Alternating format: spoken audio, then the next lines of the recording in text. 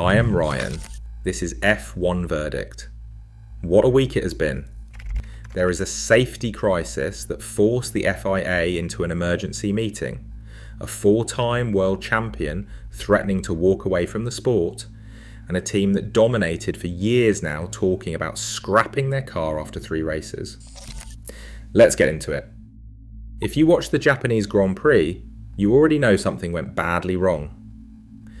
Oliver Bearman was approaching spoon curve at over 300 km per hour when Franco Colapinto's Alpine suddenly slowed down in front of him. The closing speed was 50 km per hour. Bearman swerved left onto the grass, lost control, crossed the track and hit the barriers at 50 G. He walked away with a knee injury. It could have been a lot worse. Now the cause of that speed difference is something called super clipping.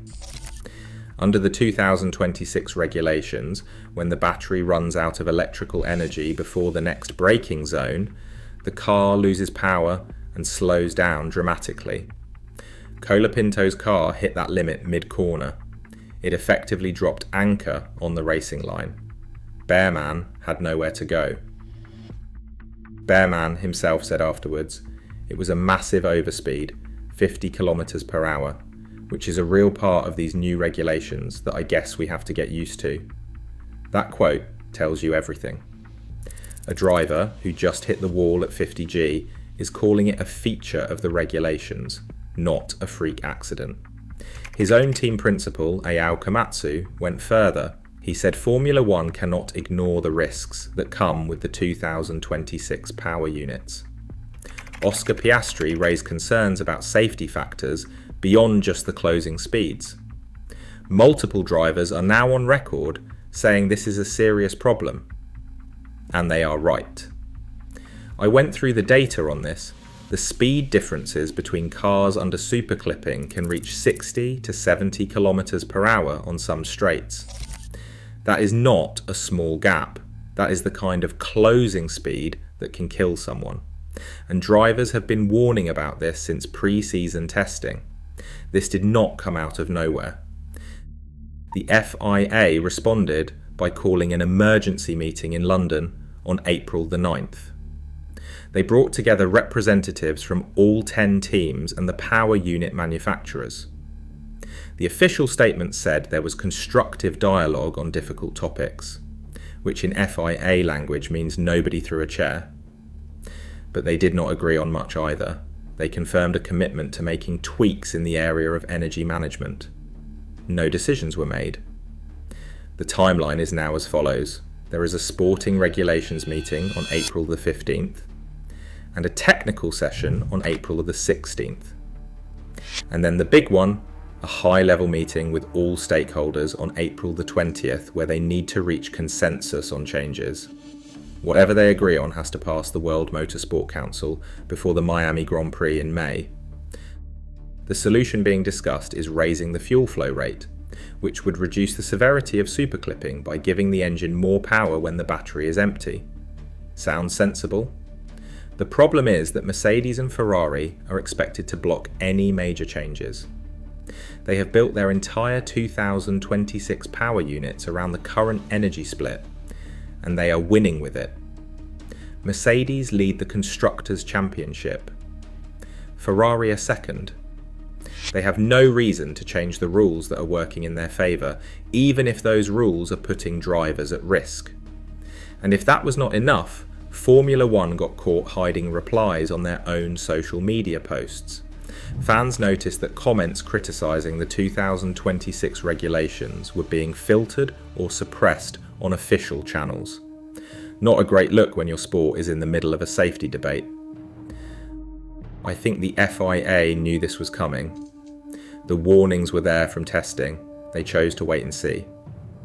A 50G crash at Suzuka is what it took to get them into a room.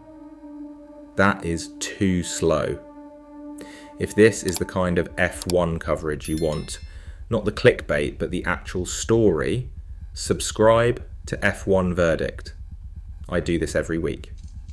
Now, while the FIA is scrambling to fix the safety issue, the sport's biggest star is threatening to leave.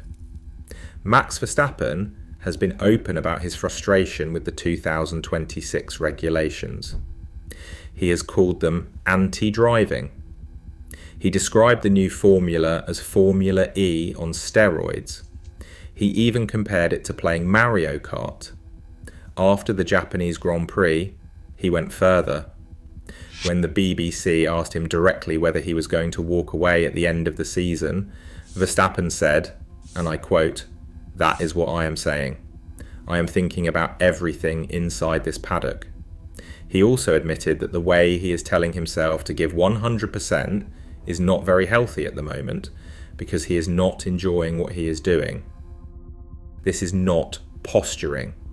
Sources have confirmed to ESPN that Verstappen has an exit clause in his Red Bull contract that was specifically added with the 2026 regulations in mind. If he is not first or second in the standings by the middle of the season, he can leave. Given that Red Bull are currently 6th in the Constructors' Championship, that clause looks very relevant right now. Red Bull's boss, Laurent Mekies, tried to play it down. He said he is sure that once they give Verstappen a fast car, he will be a much happier Max. Damon Hill suggested Verstappen might need a break from Formula One entirely. I think the connection between this story and the safety crisis is obvious. The regulations are not just dangerous on track, they are actively driving away the most talented driver of this generation. When Max Verstappen tells you the racing is not real racing anymore, you should probably listen. And it gets worse for Red Bull. This week it was confirmed that Gianpiero Lambiase, Verstappen's race engineer since 2016, will leave the team for McLaren. He is taking the role of Chief Racing Officer. That is a massive blow. Verstappen himself has previously said he would stop racing in Formula One when Lambiase leaves.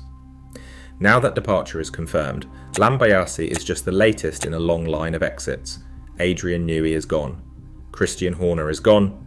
Helmut Marko is stepping back. The team that won 4 consecutive constructors titles is losing its people at an alarming rate, and the car is not helping. The RB22 has been described by the team itself as having significant shortcomings.